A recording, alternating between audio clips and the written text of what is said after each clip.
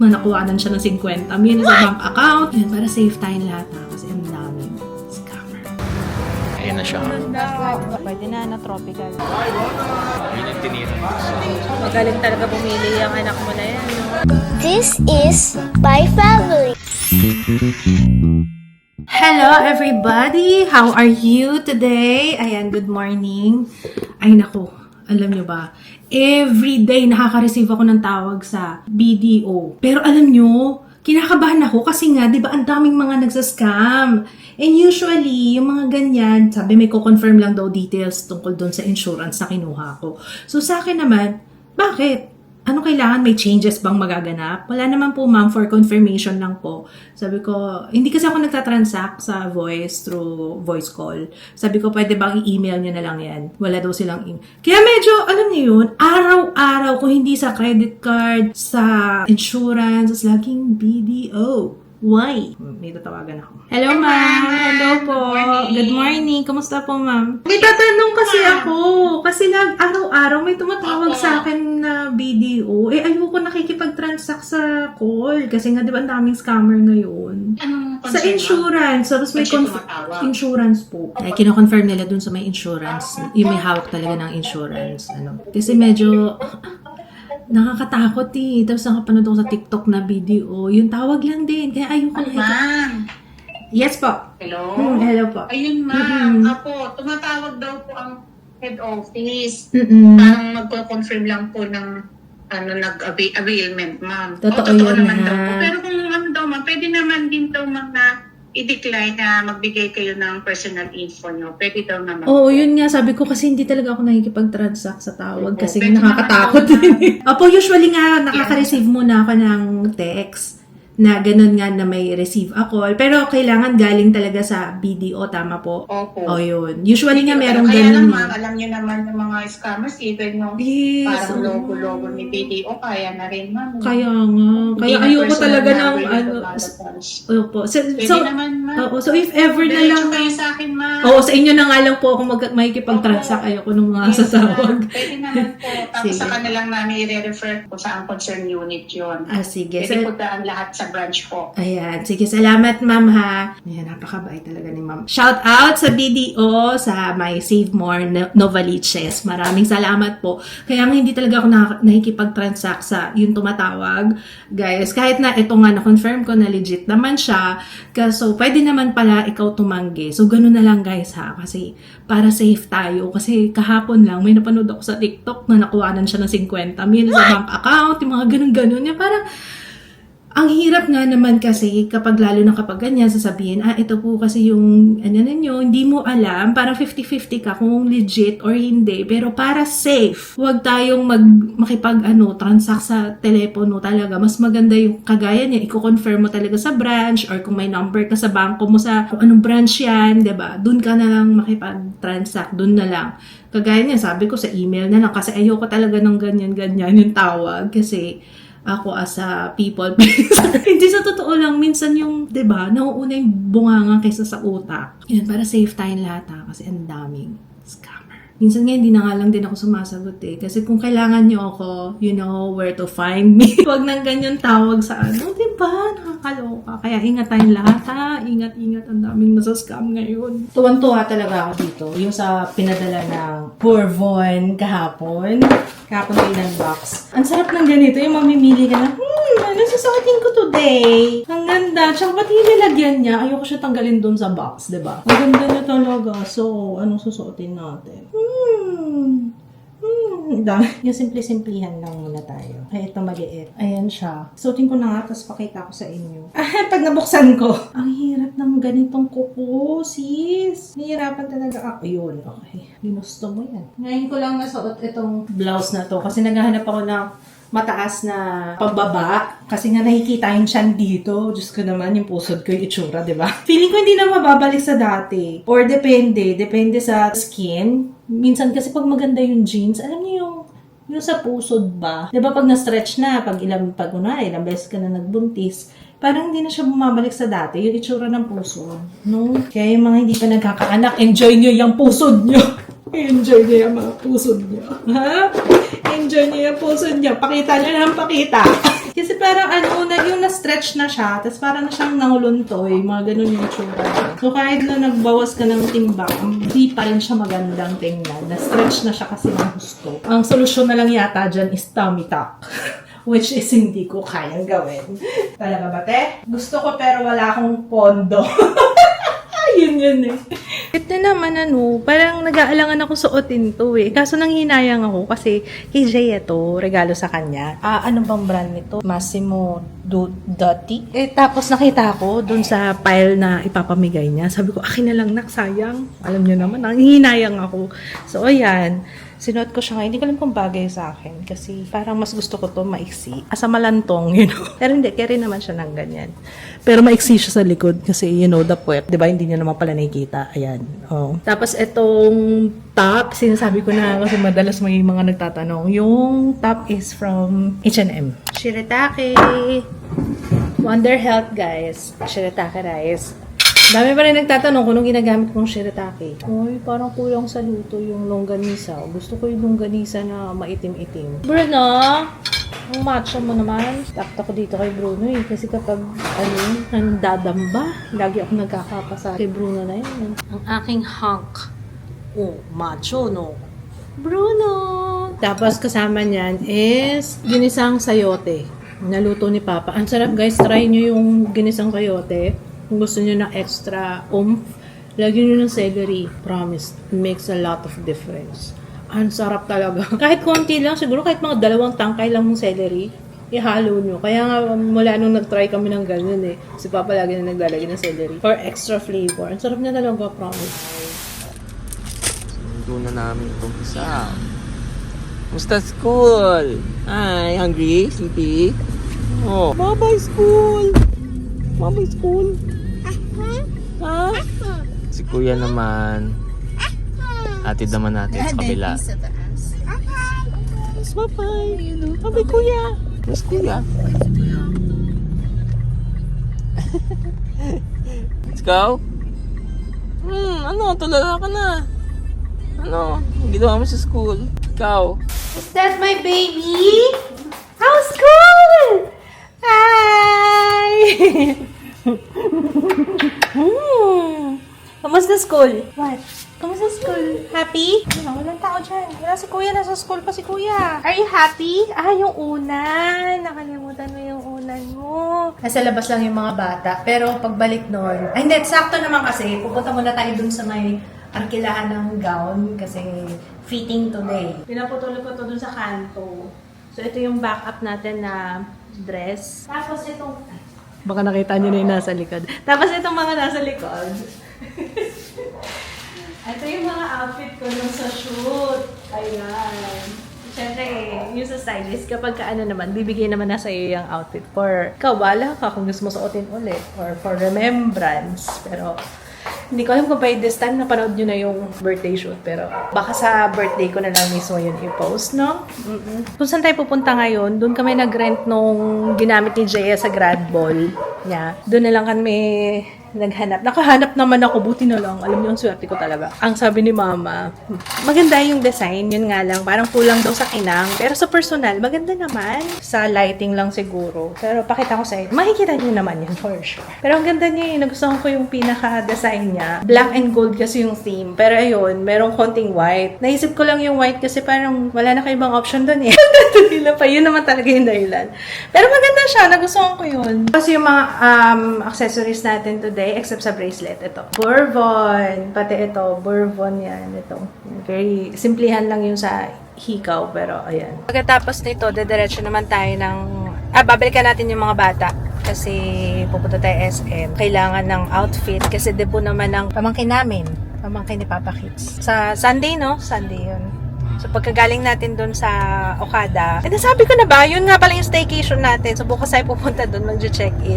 Alanganin kasi, maaga kasi yung ball. Kailangan alas 3, andun na. Kasi alas 3 yung registration. Tapos, may make-upan ako ni Brian. Ang check-in, usually alas 3. So, wala nang time para mag-prepare. Kaya, day before na kami nag-check-in. And, okay na lang din para may short, kami ni Papa Kids. Short date. Parang gano'n. Di meron kami in-avail na spa treatment doon. Tapos parang ano na rin, start na rin ang birthday week. Wow! Wow! Birthday week!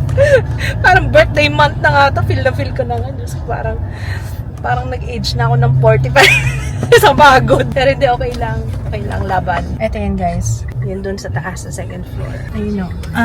Arabella. Isabella, sa mga pinoproblema namin ni Papa, si Jaya. Yung pagkain ni Jaya, kasi nga, madalas nagno-notify sa akin, nakalink kasi sa akin yung food panda niya. Tapos parang ayun nga yung pinagtatalunan namin, ano, kasi parang sa isang araw, ang gastos, ang mahal. Syempre yung mga in-order niya, mga, 'di ba? Yung mga available sa food panda, gusto ko yung mga lutong bahay, yung kainin niya. Kaya buti na lang, ayun, kay Mafi, malapit lang, 'di ba, nung last na na-realize ko, malapit lang pala si Mafi kay kay Jaya. Silang dalawa actually nag-usap. Order na lang ng every day yun, no? Basta pag may pasok si Jaya. Maraming salamat, Mafi! Buti pa si Jaya makakatikim na nung mga, kasi gusto ko talaga pumunta dun sa kanila. Ito yun, nag-aaya to na pumunta dun ka na, Jay, ka na Mafi sa karinderya nila. Yun yung braised beef.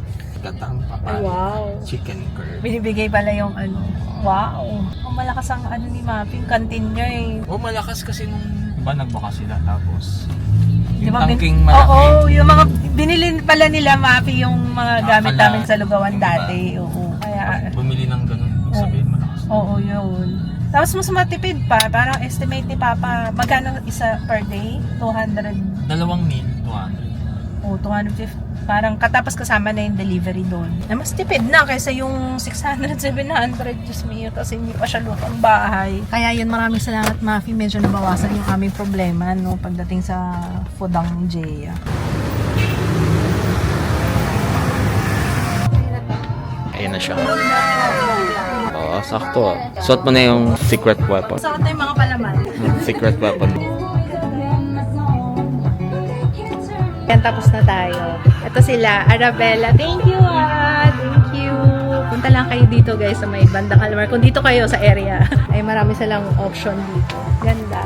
Thank you. Na-excite na ako. Ang ganda ng fit ng gown. Hindi, sa bagay kasi, maluwag pa nung unang sinukat ko. Hindi ako nag-vlog doon, guys, ha. Kaya, pero na-imagine ko na, sabi ko, sana pagka na-adjust na siya ng according sa size ko. Ganun pala yun, no?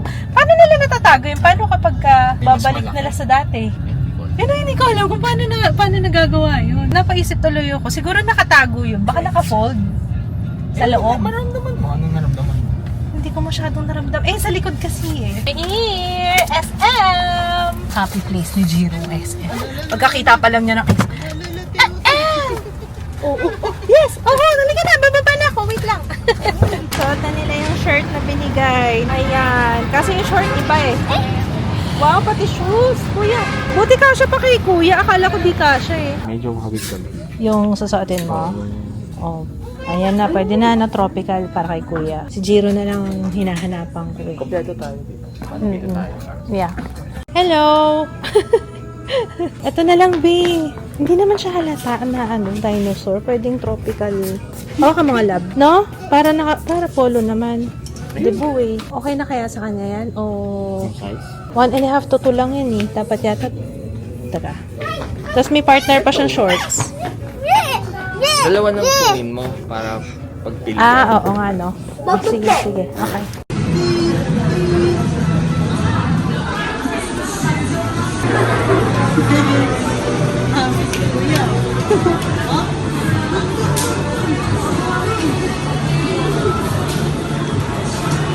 Ito yung pinasukat ko kay Regine. Ayaw niya nung una. Sabi niya, okay na, te. Pero yung mukha niya, sabi ko, sure ka? Parang hindi ka masaya. Alin? Yung una kong pinasukat sa kanya. Kaya ito na lang. Sabi ko, ito na lang para komportable ka. Parang hindi siya komportable doon sa una kong kinuha. Ito kasi yun, parang pabalon. Ito yung sinukat niya, mga pabalon. Ayan. Tropical ang theme ng debut. Parang beanie camera lang. White chicken. Ano tayo white chicken? Hainanese yan. Hainanese. Oo. Naabot mo dyan. Kulit to. Makulit na siya. Parang ibang na. Kulit to.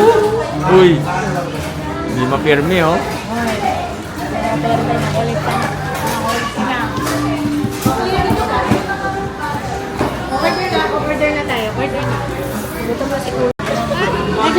one. Uy, parang masarap yung cheesy chicken chop noodle. Ikaw, anong order mo? Yan, isa yan. Ano pa? Isa nito. Okay, ano pa? What else? Ito yung number 1. Kayo, anong gusto nyo? Okay, ano pa? Okay. Ang dami in order eh. O, ano pa? Wala na. Okay na. Wala na. Okay. Okay na? Okay na po? Napakakulit na talaga niya. Opo. O, yan na. Bakit? Parang masarap naman Bango, babe. Parang masarap to, babe. Prawn noodles? Prawn. Ayun, no, tama, prawn soup na. Manghang kaya. Noodles, Ju? Di manghang. Hindi, di manghang. Medyo. Masarap, babe. Sakto lang para sa kanya. Parang, uy, hipon na hipon. Ang sarap. Parang ulo ng hipon. Ay, gusto mo yan, diba? Ayos, ang dami rin, no? Na-miss namin yung Hainanese chicken. Yung sa Robinson dati. Try natin to. Kuya, okay? Okay? Ju, okay? Yun yung tinira ng gusto. Gusto mo rin yan, eh? Ayun. Gutom na rin. Extra plate. Kain naman so. May ba lang yan? Oh, ito rin. Okay? Mapa. May ginger din sila. Isa pa dito.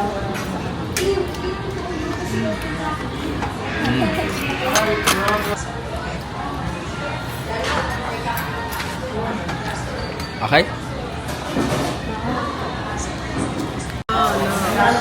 Para siyang puro ulo ng hipon. No? Sobrang lasa ng prawn. Sobrang sarap nito. Para siya yung akaramen. Pero mas malasa yung shrimp dito. Siguro mga 3 shrimp cubes yung nilagay. Hindi, joke lang. Isa pa. Sa pantile. Kulit to. Oh. Oh. Ulit to. Oh. Oh.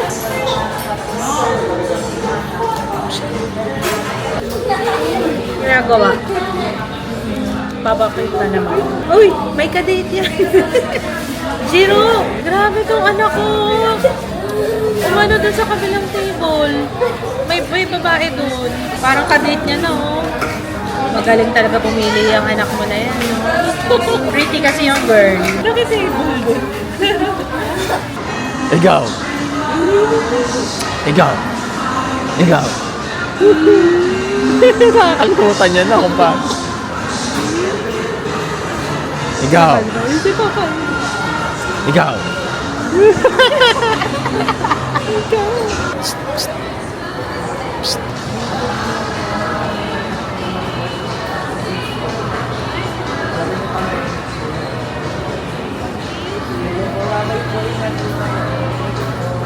Jiro! Hindi makakalimutan niya na kung paano. Nakakalimutan. Galing ka ng SM, tito ko.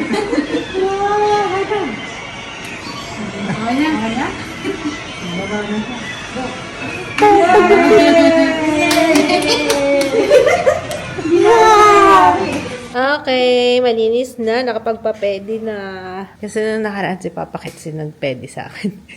Tapos ending. Hindi naman pala makikita yung kuko ko doon sa sinuot kong sapatos. Pero thank you pa rin for the effort. Siya naman kasi siyang nagpresenta. Kahit ako doon sa taas kay Jiro. Sa wakas. Nagawa naman na lahat, Kanina pa kami tanungan ni Papa Kat. Sabi niya, pagka ganitong daming ganap, baka may makalimutan pa kaming gawin bago lumarga. Excited ako sa staycation natin, be! Sinabay ko na rin yun, yung aming staycation. Kasi nga, parang, nakaka-guilty. Alam mo yung pagka ang dami mong ginagawa, tas parang hindi na ako nakakapag-spend time na quality time with kids. Ngayon, sana mag-enjoy sila doon. Mag-ano kami. Anong gagawin natin doon? Magsiswimming. pasyal-pasyal na staycation tayo. Naku, lalong-lalo na para kay Kuya Ju. Kasi si Kuya Ju talaga gusto niya nang umalis. Nagpaparamdam na siya na gusto niya magbakasyon. Kaya di ba nagpupunta ka na daddy? Tapos papuntahin ko na lang sila mommy daddy doon ng Saturday. If ever gusto nilang pasyal-pasyal. Ay, kakain kami. Ayun. Parang na rin, birthday celebration. Kasi wala talaga akong balak sa birthday ko. Gusto ko talaga dito lang sa bahay. Pahinga lang, makikinig. Nakikinig ka. Gusto ko lang pahinga. Oo, dito lang tayo, no? Walang ibang gagawin. Ayoko rin mag-party. Ewan ko ba, hindi ko rin alam. Baka mamaya may pumunta. So, bahala na. Kung meron, di meron. Pag wala, okay lang din naman. Ito na ang hudyat ng pagkukwarenta. Grabe, parang hindi ako makapaniwala. 26 pa lang ako eh. Yung utak ko talaga. Hindi nagumalaw doon. Parang na-stuck na ako doon. Parang hindi talaga. Ay, naku. The Lulu is the only so Lulu. Ay, finish mo yung milk mo. Meron pa, oh. Ayaw mo na? Busin mo. Sayang. Ayaw na? Ayaw? Ayaw. Sige na. Ayaw na daw niya. Okay, guys. It's been productive para sa akin. Kaso parang dito sa vlog, hindi masyado, ano. So, ano masasabi mo? Pinapakita mo na naman yung napakalinis mong unan, babe. Ano ba yan? May laman? Anyway, sige na, guys. We'll see you tomorrow. Good night. Bye. Darag. Dito na tayo. Ang dami palang kainan dito. Kaya pala hindi ka bumili ng polo sa gusto mo sa ganito bumili, Ay, galing. Laki pala. Legit nga yung 200 square meters. Ay, wow! Pinakaharap ng Okada. May bar dito. Tapos, ito yung bathtub. Birthday staycation starts now. Parang nagsisingin. I'm excited na ako. Uy, ang ganda. Wow naman! So, first, sarap talaga ko.